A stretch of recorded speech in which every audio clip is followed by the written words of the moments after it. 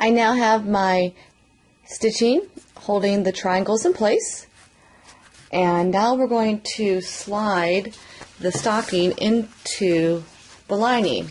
The lining is still wrong sides facing out, and we're just going to slide the stocking into the lining stocking.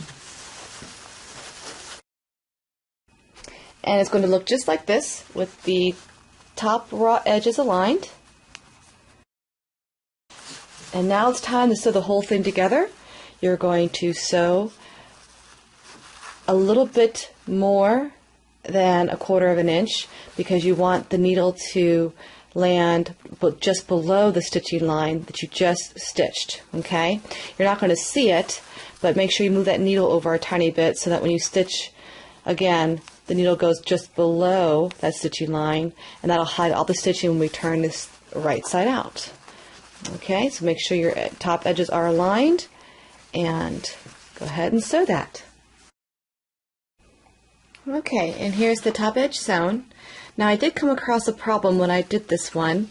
For whatever reason, I had a lot of extra fabric on the stocking, and so it didn't match up as nicely as it did for the first stocking. In fact, I had a lot of extra fabric, and I ended up having to kind of force it to pleat right here.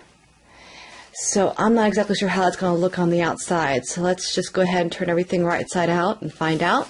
And to do so, we just simply pull the stocking through the hole of your lining.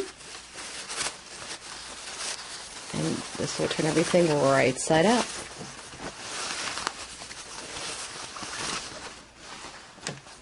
Okay, let's see if we can see where that pleat is. In fact, there's a little bit of stitching showing too. That means I didn't stitch low enough, but I'm going to leave that for right now. I'm not too worried about that. I'm worried about that pleat. And there's one pinch right there. And the pleat's kind of within here, so I really don't actually see it. I can feel it, but it's not visible. So that's a good thing. I got lucky on that one. And as you know, it's going to happen. You know, it's going to, those things are going to happen. You have to kind of see how it's going to work out. To sew your lining, all you're going to do is just take it in your hands here and tuck in the raw edges just a little bit. And if you need to take it to your ironing board, you certainly can do that. But you're going to turn in the raw edges on the inside here and match up the folded edges.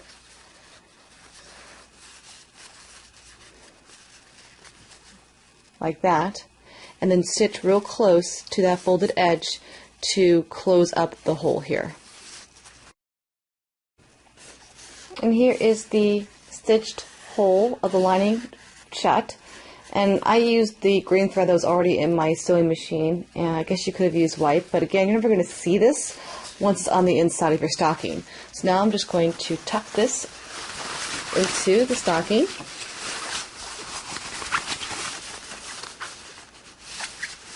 Like that. And now if you remember, this stocking here does not have the edge like this. We're going to fold it down for a good 4 to 5 inches.